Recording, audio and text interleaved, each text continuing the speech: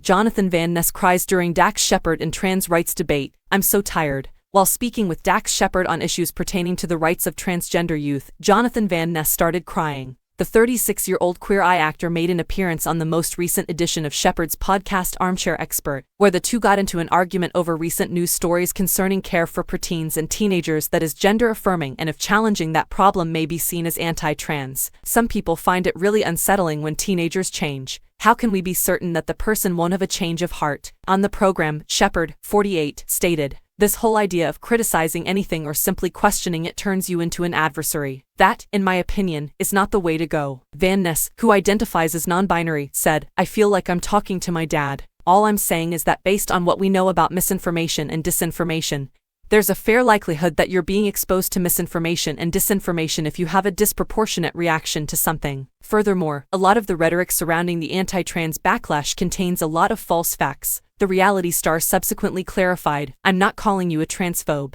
You cannot be transphobic and still have thoughts that espouse trans misogyny and espouse transphobic ideologies and beliefs." Van Ness added that it is disappointing when people profess to be fighting for women yet ban trans children from participating in sports. After that, Shepard emphasized that he did not intend for their discussion to turn into a disagreement, assuring Van Ness that he adores them and their activity. After explaining why the issues are so important to them, Van Ness started crying. "I could just cry because I'm so tired of having to fight for little kids because they just want to be included," they said to Shepard. "I wish people cared as deeply about young children's ability to develop or be included as they did about fictional women's justice in sports. I must admit that I am really worn out." Van Ness continued, "I don't know that I don't live like this because I'm terrified of the hatred that trans people experience every day. I'm not for those who are like, 'You're so genuine and you're so brave.'"